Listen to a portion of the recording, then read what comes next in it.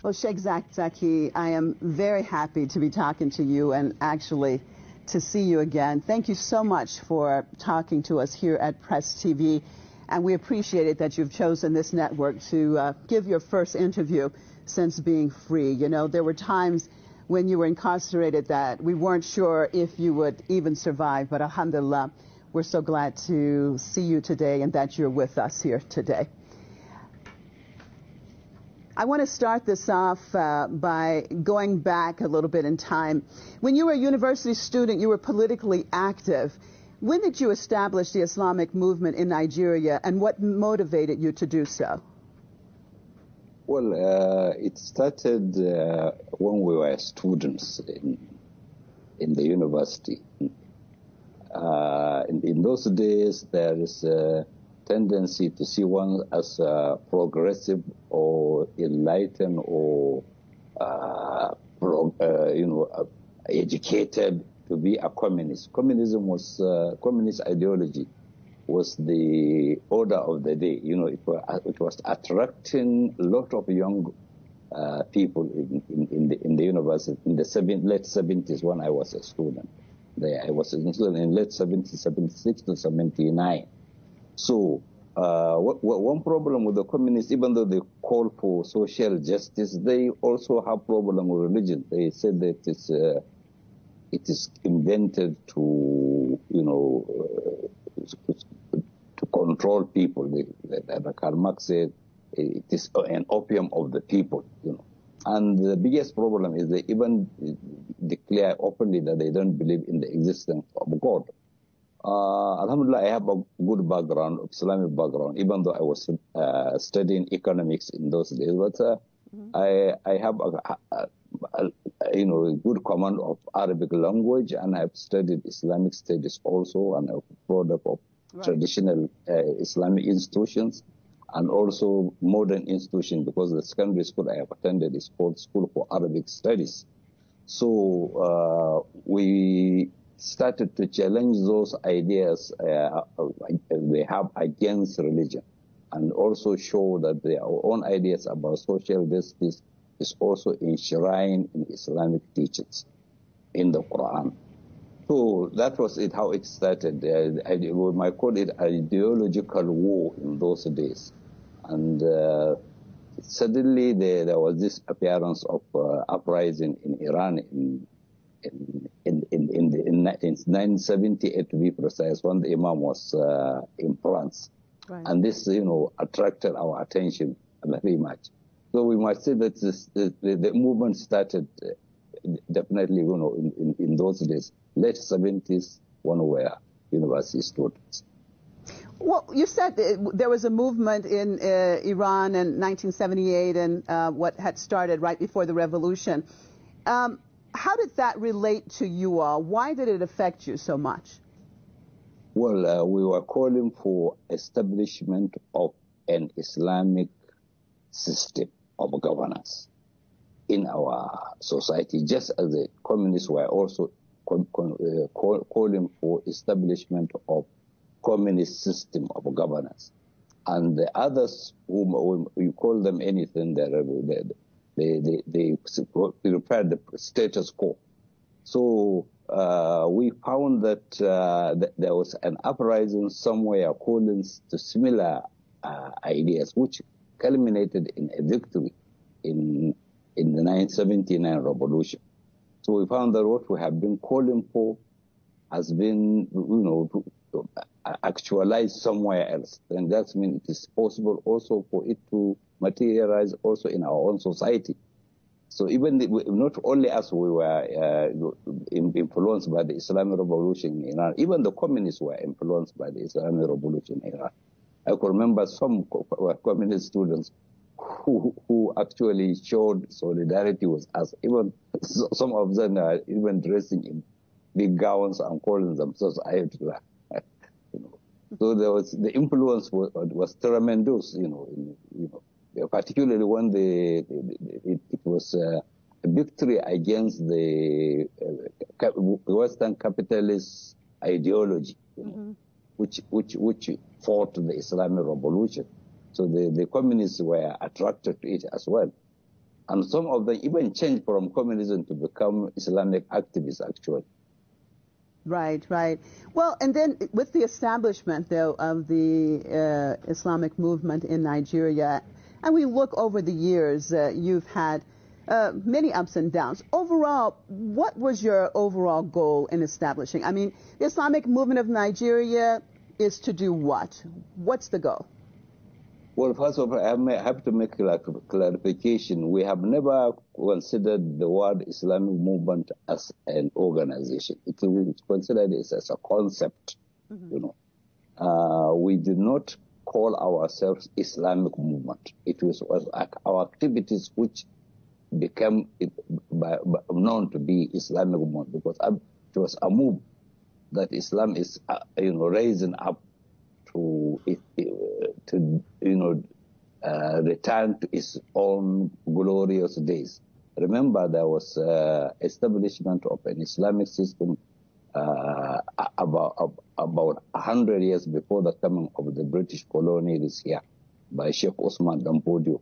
Yes. 100 years before they came, and then 100 years after them, after the coming of the British, that's about 200 years, we still have the urge to return back to what we have lost to the British.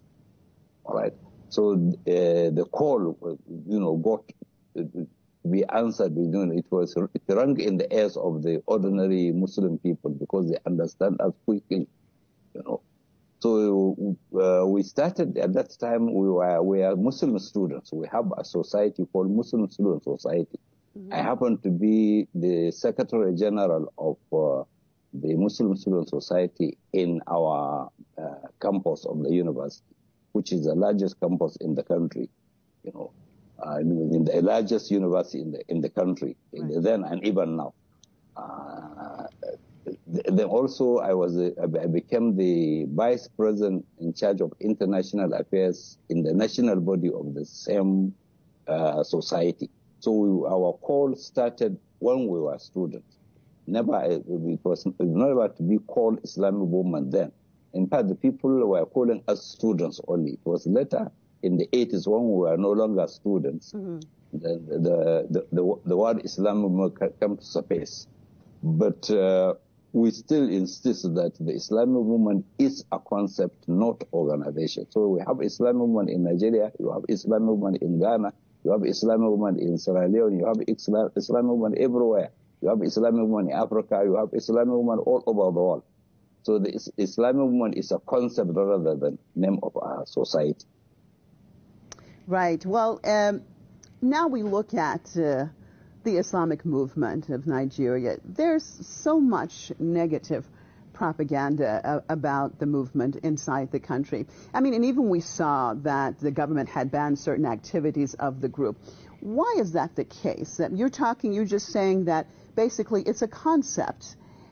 So why all of the negative propaganda and pressure? Well, I know those in authority should answer this better than myself, but they will never be true to themselves. Sometimes they say in private, not in public, that they fear the Islamic movement, that it will return the country to the path of Islamic system, just as the revolution in Iran has taken place. Sometimes they even openly say it. That's their own fear. We alienate their fear by saying this. You have nothing to fear. You want democracy, isn't it? What is the meaning of democracy? It is a government of the people. I believe that if there will be a plebiscite in this country where people will be asked, which system would you like? Is it the status quo, which is the heritage of the British colonialists, or the Islamic system? Just cast vote on one of them. I'm sure majority will choose Islamic system. I am sure. So that since you have nothing to fear, it will be the government of the people after all. Do you think that will even be a possibility? You said the majority of the people would like that, and of course, that's the ultimate democracy. Is that a possibility? Well, I don't think they will ever allow it, but when the time comes, like after the success of the revolution in Iran, people were given the chance to choose between monarchy and Islamic Republic. And they overwhelmingly voted for Islamic Republic. Right. That may come one day in this country as well, when the people will be given the choice to choose for themselves which system will they like, all right? And I'm sure that definitely they will choose the Islamic system. Well, Sheikh, you've just recently been released from prison after being incarcerated since 2015. Of course, that's when the massacre of the Islamic Movement of Nigeria took place. Tell us what actually happened in Zaria that day.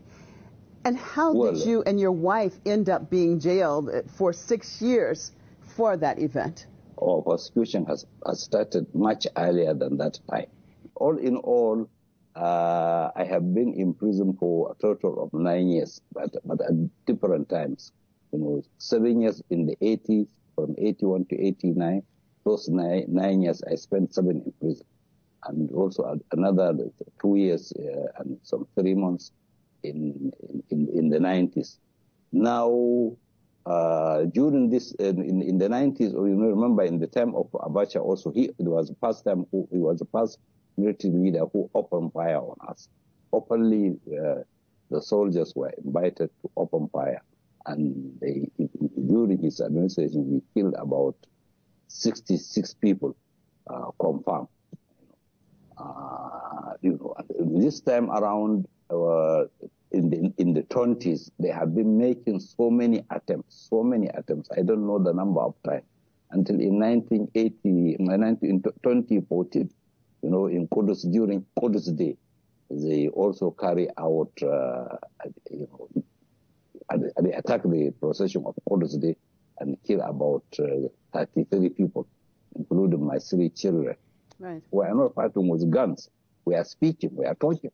We are talking sense, And the answer is to fight and kill. So in what happened in Zaria in 2014 was pre-planned crackdown, even though they have no way to justify what they did, except because they are so confused as to say that there was blockage of road. In any case, even if there was any, my house was away from where they allegedly the road was blocked. It was away by about 3 kilometers. A lot of people were killed, students, teachers, trade, and anybody.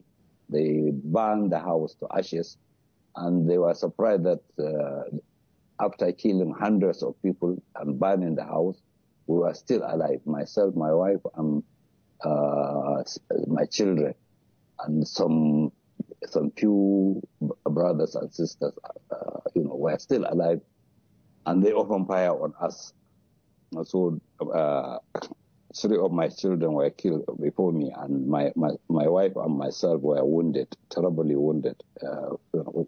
Only Allah knows how or what is the wisdom behind his saving us. We were shot severally in a shooting that a human being cannot survive it.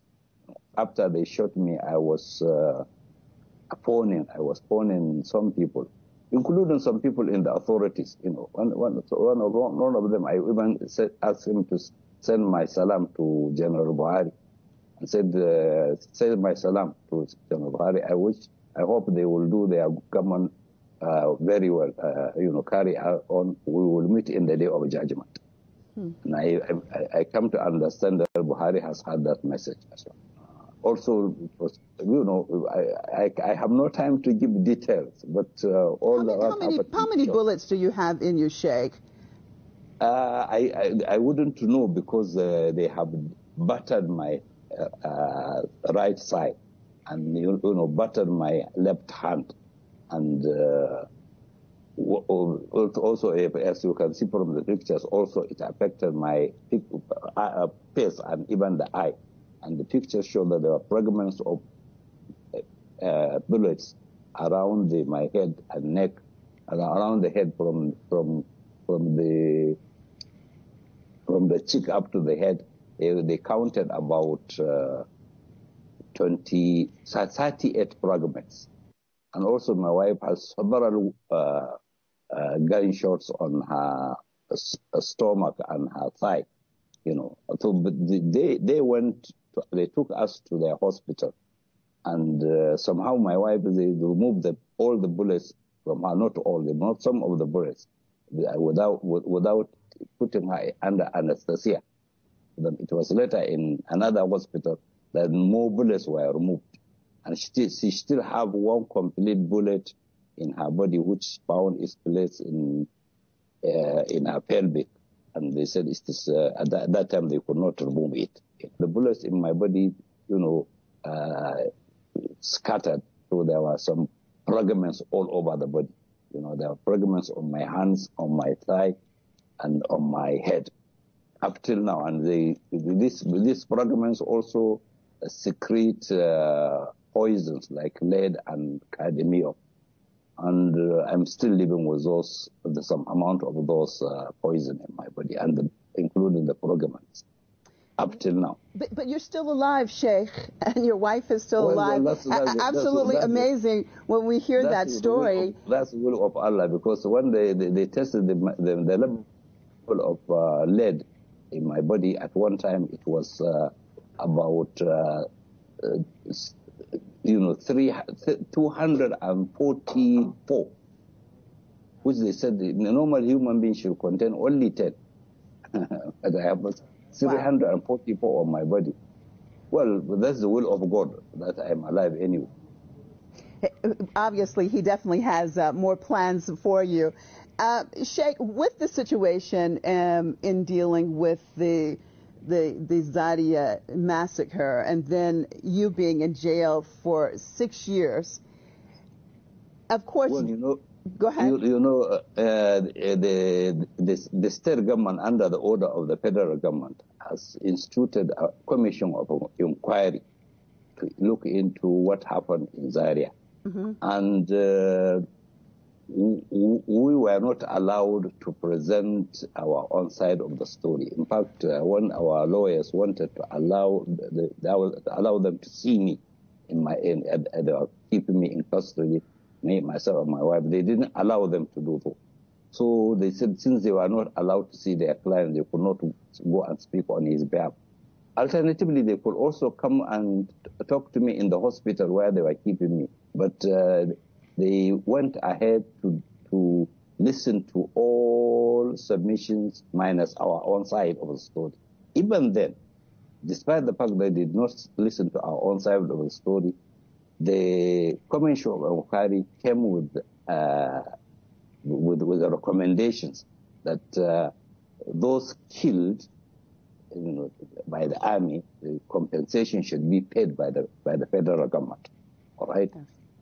And the corpses of those who are killed should be delivered to their respective families, because one of the government officials testified that they have buried 347 people in one mass grave.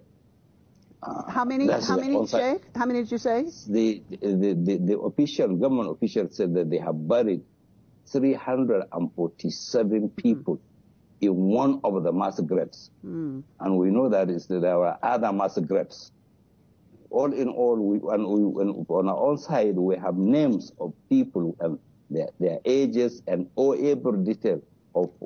How many do you have? What are the numbers that you have? We have about 700 so far, and but the number is definitely more than 1,000. All right. What I'm trying to say, the commission of inquiry gave the recommendation that the federal government should pay compensation for those killed. All right, that's one.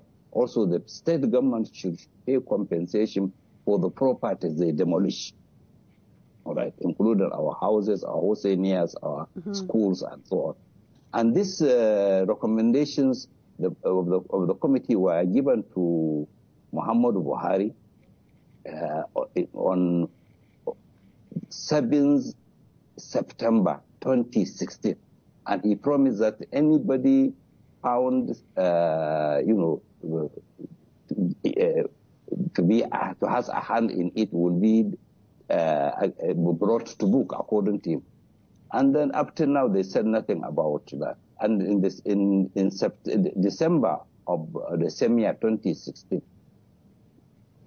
3rd December to be precise, a federal high court in Abuja ruled that our detention, my wife and myself, our detention was illegal, and that we should be released unconditionally, and that compensation should be paid to us, and a house to live must be given to us in a state of our choice in the northern part of the country. That court ruling was not, implemented. Yes. And also they took some, in Zaria they took about 500 people, among most of them wounded, and took them to the prison. Well, only one person happened to pass away in the prison, but the rest of them didn't survive. And then they released most of them. They took 153 of them to the court. They divided them into two courts. One court, they have 77 people. Another court, 76 people. And in July 2018, the High Court in Kaduna, one of the high courts, ruled that those people were discharged and acquitted, and they were not found guilty of any of the offenses they were accused to have committed. And then the court even said that they have the right to seek compensation for their illegal detention.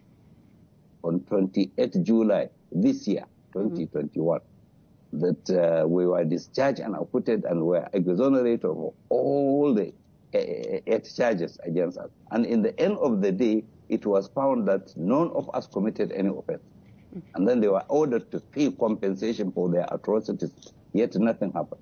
You have not gotten any compensation at all? No, none at all. And then they kept us, they know that we have health issue, but we are kept with these difficulties, in incarceration for almost 6 years. But alhamdulillah, by the grace of God, we survive it. Yes, but tell me about your overall health situation right now, Sheikh. Your situation and your wife. Well, right now, all of us, both of us have fragments of bullets in our body. Myself, it's fragments. Her own is one full bullet. Here, they said they could not remove it, but our doctors who came from outside the country who studied the situation, they said they could be able to remove it. Okay. And an order was given by the court of law that we have the right to seek this medical assistance outside Nigeria. And we eventually went to India, but they went and frustrated everything and forcefully returned us back.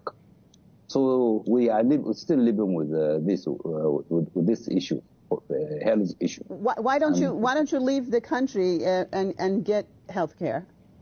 Yeah, that's what we are hoping to. We were thinking that immediately we are out of prison, it will not be a matter of days when we will leave this country.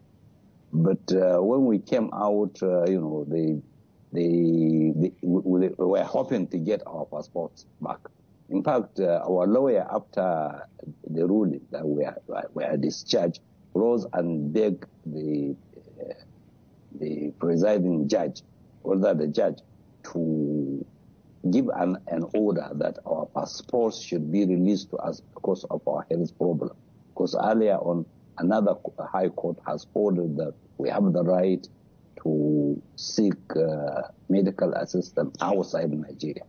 Well, there are no charges. Sorry to interrupt you, Sheikh. There are no charges against you, right? You were released unconditionally. So why don't you have a passport? Why can't you get your passport? That's what the judge was even saying, that there was no need for him to give any order because we have no charge.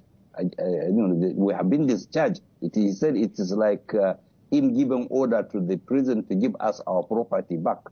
So we are entitled to all our property. The court doesn't have to give order. But, when we came out, we were thinking that a matter of weeks it would be okay for us. But up till now, the passports have not been in our hand. At one time, the security operators said that they have lost the passport. The passports were no longer in their hand. So we took, steps to make another one. Okay. And in the end of the day, we are told that there was what they call passport plugging. A passport plugging has been placed on us, meaning the two of us have no right to leave this country. We don't know what for. Based on what? What? They're not telling you why? No reasons given? Well, at least officially they didn't say. You know, Sheikh, while you were in prison, first of all, your own people from the Islamic Movement of Nigeria, as you know, continuously were demonstrating and demanding that you be released. And of course, also outside of the country, we saw many, many activists get on board and demand your release.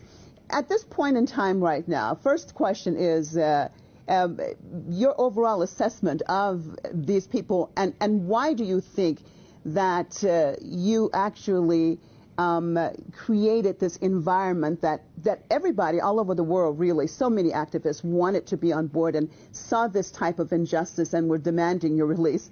And also, I have to say, with your own people and continually demonstrating, even though many times they were losing their lives, what do you attribute all of this to? Well, it's not my own creation, actually. It's God Almighty's own making. One thing is clear, that the people here has demonstrated that we can demonstrate perseverance. Perseverance. You have seen in the Idari massacre how people actually protect their own brethren by their own bodies. You can see that the Idari massacre drew the attention of the world to the injustice meted on us, and that how the sympathy, and it is the Zaire massacre also opened the eyes and ears of the people to realize that that was not the first time; it was only the worst they have done. All right. You remember we are now on the days of Arba'in of Imam Hussein, and the message of Ashura, it's shown clearly. You see the Arba'in, where millions of people flocked to Karbala. This is commemoration of Imam and less than 100 people, 18 people from his family and 60 from his companions that were murdered in the plains of Karbala. The injustice meted on them has such tremendous effect on the whole world, not only Muslims. Up till today, you have seen how millions of people flock of all different faiths to show solidarity with Imam Hussein. That's in a little way, we the followers of Imam, and this is what the Zaire massacre also taught people. So it was, we might say that it was the blessing of the incident of Karbala that also we were showered on us. You mentioned Arba'in, and of course, yesterday was Arba'in.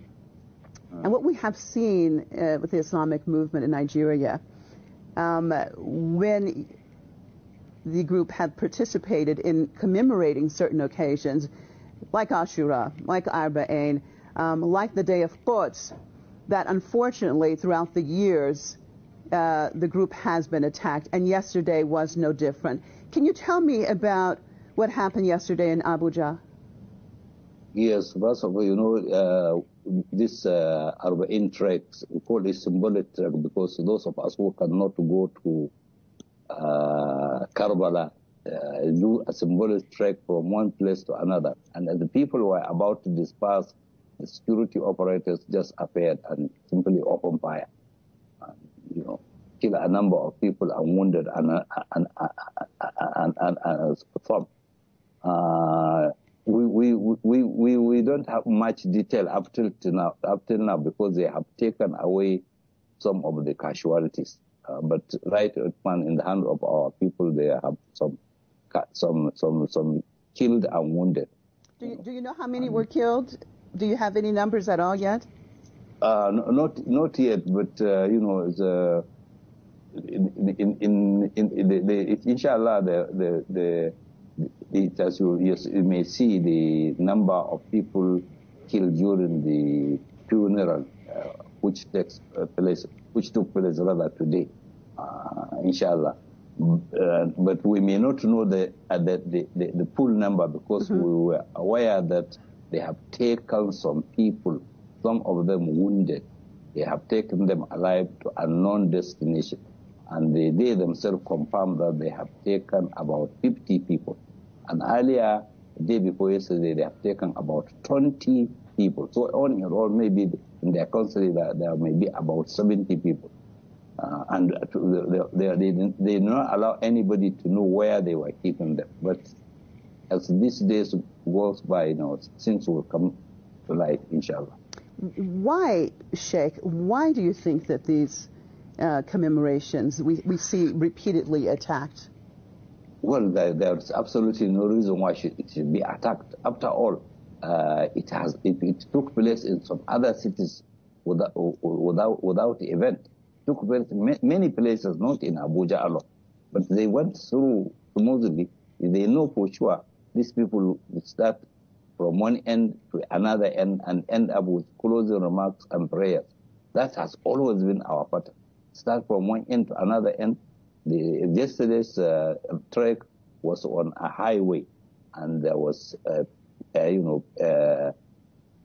service roads. They were following the service road. They have not disrupted any traffic, and at the time that a lot of people who are coming to work in Abuja, there was traffic, and all of a sudden they come and open fire. And we believe that some of those killed were actually people passing by. So it is not necessarily those people who participated in the procession. There are so many people who are just coming into Abuja for their normal businesses were also affected. Actually, I cannot say why, because I did not see any reason why. There is no reason whatsoever why they should do it. Yes, and also, I was talking about the Day of Quds you've seen throughout the years being attacked.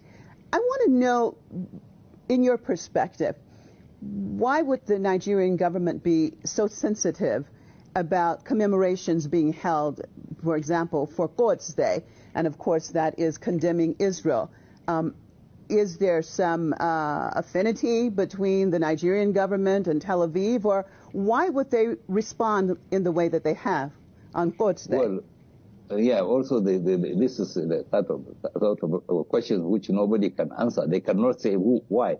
In the first place, we used to challenge them. We say, look, we make celebration whether the demonstrations are rally in solidarity with the Palestinian people.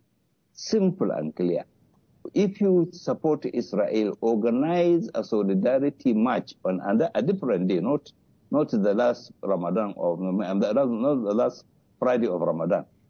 Choose any other day you so wish, and then have a solidarity with Israel. You have the right to do that. But why come and attack and kill people simply when they are showing solidarity with Israel? And also, solidarity with Palestine, I want to say.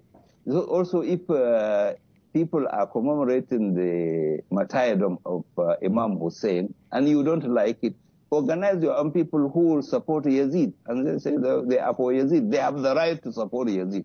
We know they are Yazidians, of course, so they can organize the Yazid Day. Instead of, they are using a different weapon for a different battle. You fight somebody who fight you. You fight with a gun when somebody is showing you a gun. Why shoot at people who are marching without anything in their hand except banners and chanting slogans? And you said, why fight anyone they don't have anything in their hands? And you have continually said that the Islamic Movement in Nigeria is a non-violent movement, and from what I understand, you do not support members taking up arms. Can you open that up a little bit and talk about that as far as why you have chosen to reiterate the importance of this movement being a non-violent one? Well, it's, you know, it's the message of Imam Hussein is very clear. Hussein is the case of the victory of blood over the sword. So this time it's also the victory of blood over the gun. Certainly the blood will emerge victorious. They use the weapon which is not matching what they are fighting. They are fighting an ideology, ideas they don't like, and we are speaking, and they are shooting. So what they expect us maybe to stop doing what, and then we have not stopped, and we are not going to stop.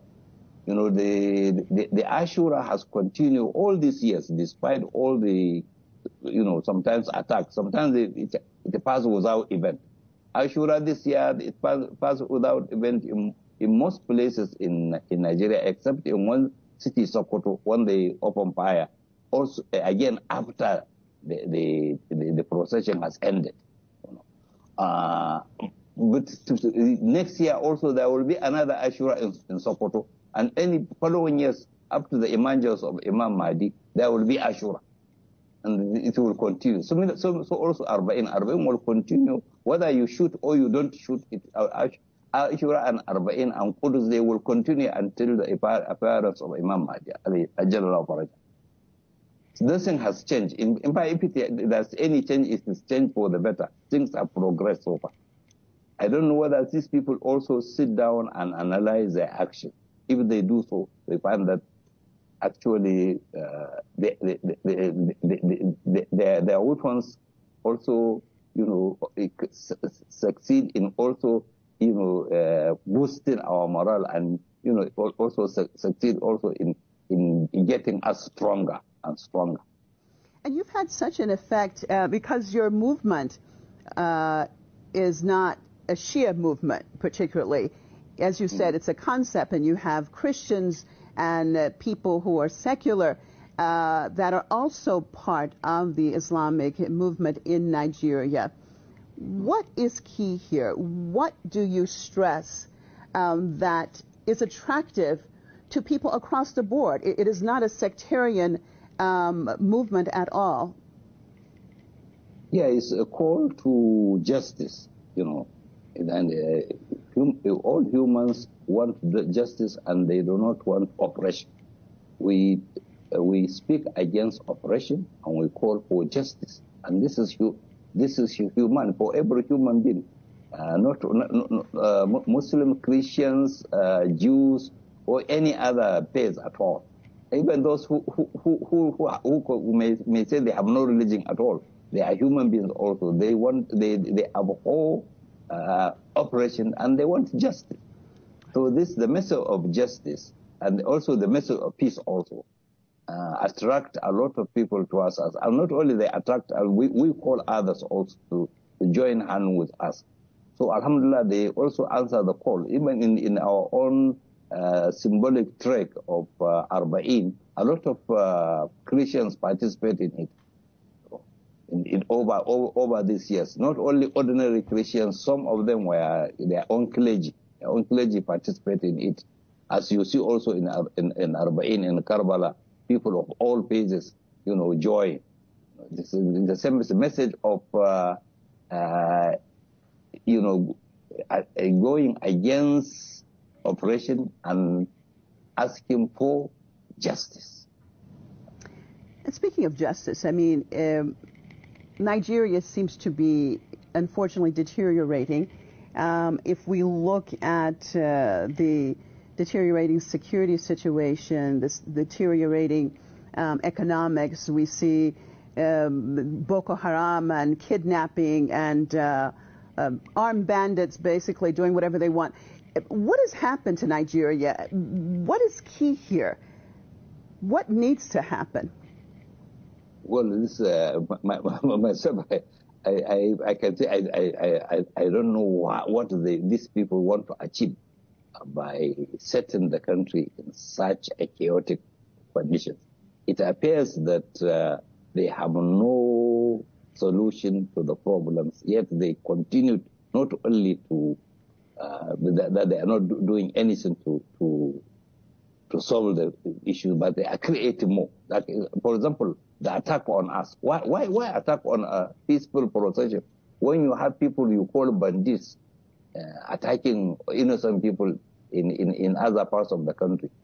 Why take up the matter with them? And why is it that as they are claiming that they are fighting this so-called bandits or so-called Boko Haram? Why is it that all the time these people have been on the wing, and they are using also guns? You know, they are using weapons at the same time. You know, the military always continue to give information that they are getting sent back. So many of them are being killed. Why all this? Nobody can say. And why all this kidnapping and insecurity in the whole country? Who is benefiting from this? Always when there is crisis, if you want to find who is behind it, you will always study who is the beneficiary. The beneficiary here is those who come and curtail our resources. They want this chaos because it serves them well. And the people are battling with what to maintain their lives with. People live in perpetual fear, and the people live in chaos. And this is a time when their worlds will be taken away without them knowing. So it has to be those who are interested in our resources. They are the people behind this chaos. We look at even the whole continent of Africa and how it has been under the crushing hands of colonialists and hegemons for so many centuries. What vision would you have? What option do you think that the perspective that you carry could help with not only Nigeria, but all of Africa in liberating one from being under basically the claws of imperialism? What needs to take place? Yeah, I think this is one of the reasons why the attack on the movement has been intense, because they say clearly that Nigeria is like an African power, and there is a tendency that anything that succeed in Nigeria, other African nations will look to it for, as a sort of guidance. So they fear that a revolution taking place in Nigeria will automatically change the whole of Africa. That's why all the atrocities are committed against us in Nigeria.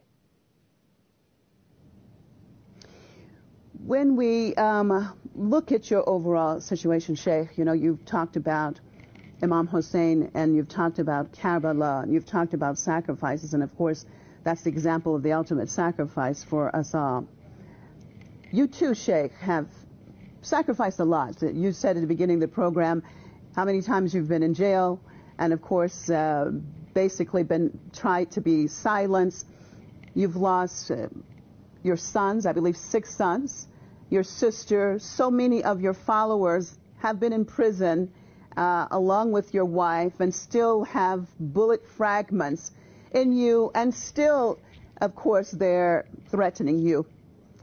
What is key to your determination? What makes you want to continue doing what you do? You could easily just sit at home and just have a regular life as a retiree at this point in time, but you haven't chosen that path. Tell me about that. Well, maybe you have heard about Nelson Mandela, who was in jail for 27 years.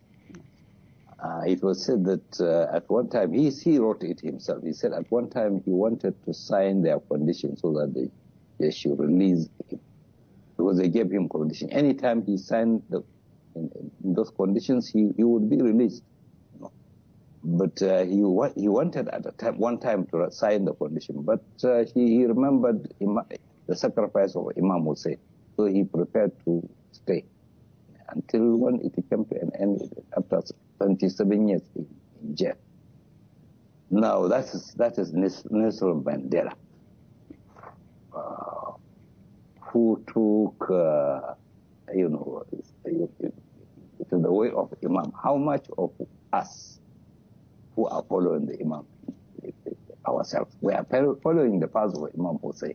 You know, is someone who has been, the Imam Hussein has influence on him, and we cannot say he's not a follower of Imam Hussein. How much more of us are followers of Imam Hussein? So we persevere to ultimate end. After all, it is, what is it? They want us killed, isn't it? One day, even if they did not kill us, we will die one day, and they themselves they are also going to die. So that is it, and the struggle will definitely continue, whether we are alive or not. The struggle will definitely continue. So it is a part of Ahlul Bayt. We draw inspiration from that. And whatever atrocities is meted on us, it becomes so little before our eyes if we remember the sacrifice of the families of the Prophet. And we always console ourselves by remembering what happened to the families of Ahlul Bayt, from Sayyidah Zahra, Salamullahi alayha, Amirul Mu'mineen, the Hassanain, Imamain Hassan, and all Aimma, one by one, how they were all persecuted. So our own, we belittle what happens to us. It becomes simply little. How much you can consider, what I was giving you example was Mandela. Mandela was in 27 years in prison. But I was only 9 years in prison before. Now they have added almost 6. I'm about 15 years in prison. So if Mandela can endure that, because he drew inspiration from Imam Hussein. What about myself, who claim to be the follower of Imam Hussein? Well, you say that's so inspirational, and I think so many of us need to hear that, especially when we see the situation, the deteriorated situation in the world in general, and we have more and more people, becoming depressed, basically losing hope. I mean, what would you say to them, whether they're Muslim or not Muslim? What do you say? How do you inspire these people in their search for the truth and for justice, as you talked about? Well, we do not lose hope. We know that one day there will be change. The situation cannot continue as it is. Operation does not last. The children of Israel suffered under the Pharaoh for about 200 years, but it came to an end. Now the Palestinians are suffering, but it is the twilight has started to show. One day the sun shall rise. Is it the twilight? I would say this dawn. I would rather twilight. Dawn has also started showing, and surely the sun shall rise, inshallah. And also, the message is very clear. Oppression does not survive, and justice will one day materialize. One day there will be victory. We have hope. We are not living in a hopeless society. After all, we the Muslims have great hope. We know this is a promise of Allah subhanahu wa ta'ala in his book, and promise from the hadith, the rise of Imam Ajjalallah Farajahu. We are waiting for him, and we know one day is a promise of Allah. He will come at a time when the world is filled with injustice, and will fill it with justice and tranquility. Sheikh, what is your overall vision of the role of the Islamic movement in Nigeria and for Nigeria in general? What would you like to see happen? Well, I know they're in progress. The call is getting to the ears of people, and people have now eyes to see. You know, before they try to, like you rightly said earlier, they try to blackmail us, try to show that we are terrible people, we are people who are violent, this and that. You know, even when whenever they are having our case in the court, they will terrorize the whole thing. You know, to make us look like some monsters whom some people should fear, as if we are not human beings. You know, these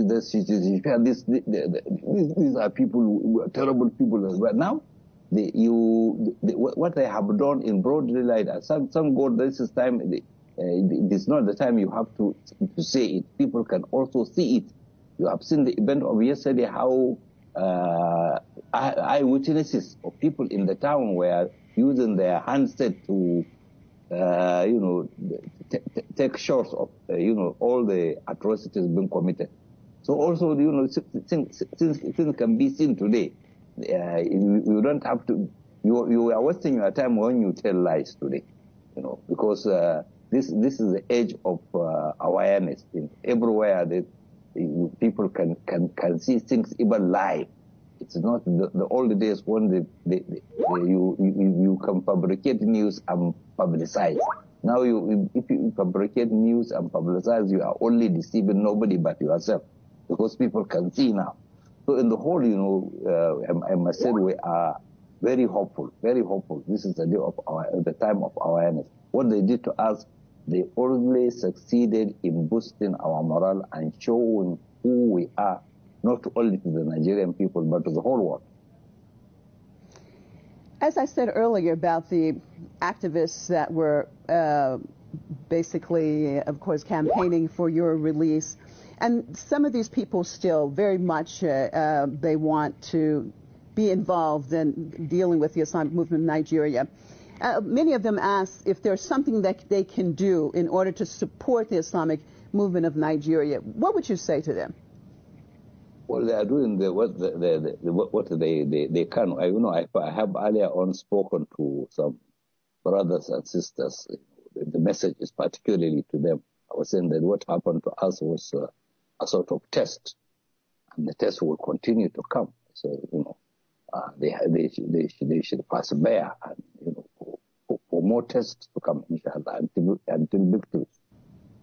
So I know the brethren, they are doing their best. May Allah reward them abundantly, and we hope they will continue that in the same path, never to relent in their effort, and they should continue to persevere as they do, inshallah, until victory and even beyond.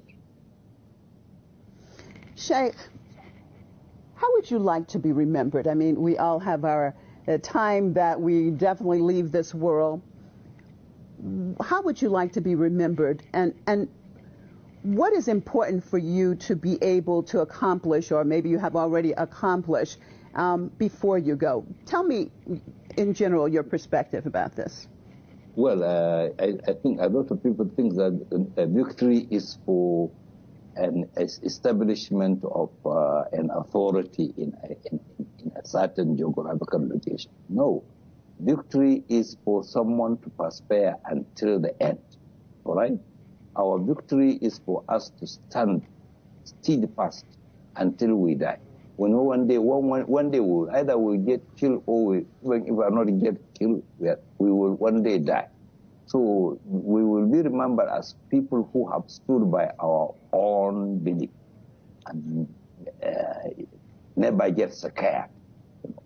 That we will be remembered. The people will also draw inspiration from that, and they should also remember that this is not our own making. We are also emulating Imam Hussein. We are emulating the Aimma of Ahlul Bayt. And that's the secret behind our success, if we have any.